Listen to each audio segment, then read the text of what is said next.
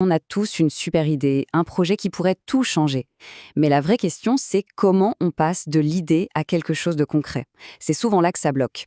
Eh bien, aujourd'hui, on va décortiquer un outil qui est d'une simplicité désarmante, mais d'une puissance redoutable, le Wireframe MVP.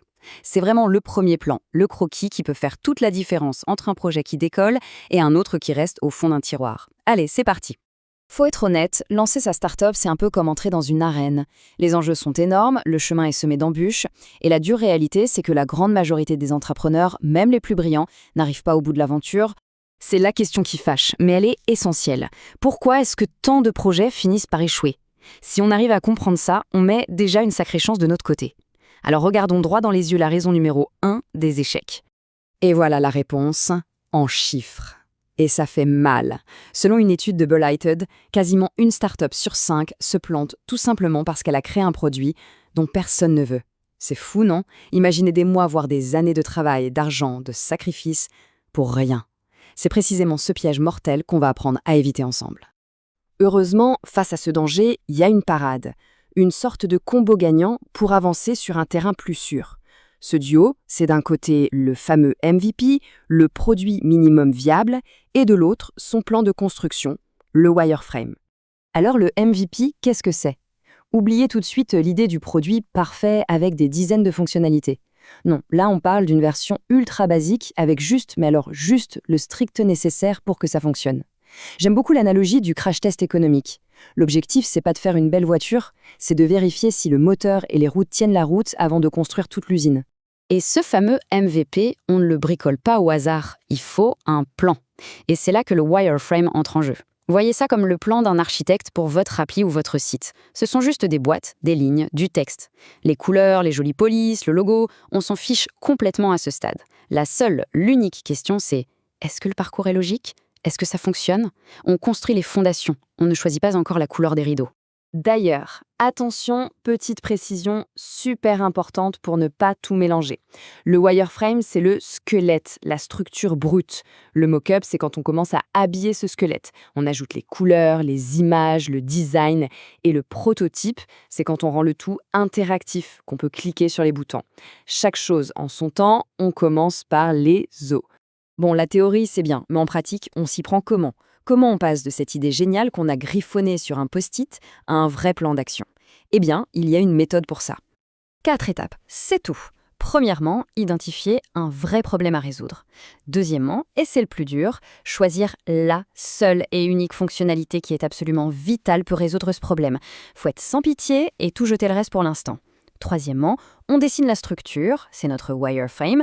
Et enfin, quatrième étape, la plus cruciale de toutes, on montre, on écoute les retours et on améliore. C'est une boucle, on recommence jusqu'à ce que ce soit bon. Et pour que ce wireframe soit vraiment efficace, quelques bonnes pratiques. Restez simple, du noir, du blanc, des niveaux de gris, ça suffit.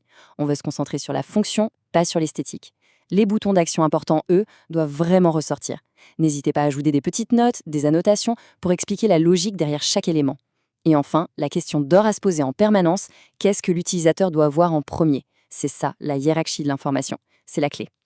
Tout ça peut paraître un peu abstrait, mais le plus parlant, c'est encore de regarder comment des entreprises qu'on connaît tous ont démarré. Vous allez voir, leur premier pas était d'une simplicité assez bluffante. Prenons Airbnb. Avant de devenir le géant qu'on connaît, leur tout premier MVP, c'était quoi à votre avis? Une simple page web, avec quelques photos de leur propre appartement. C'est tout. Pas de système de paiement, pas de calendrier de réservation compliqué, juste une question simple.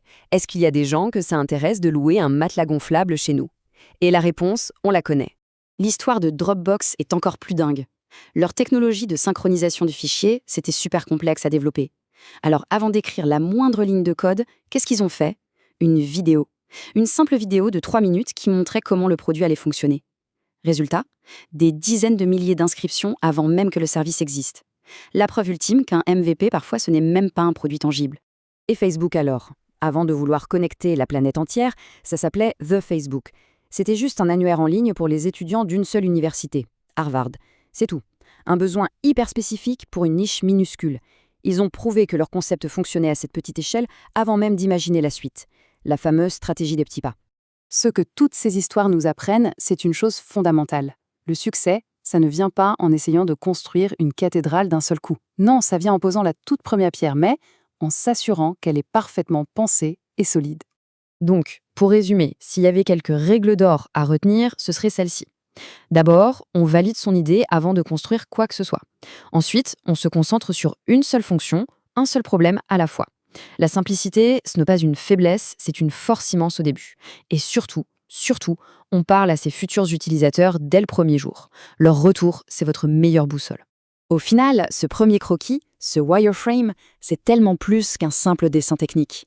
C'est le moment précis où l'idée quitte le monde de l'imaginaire pour faire son tout premier pas dans le monde réel. C'est le vrai début de l'histoire.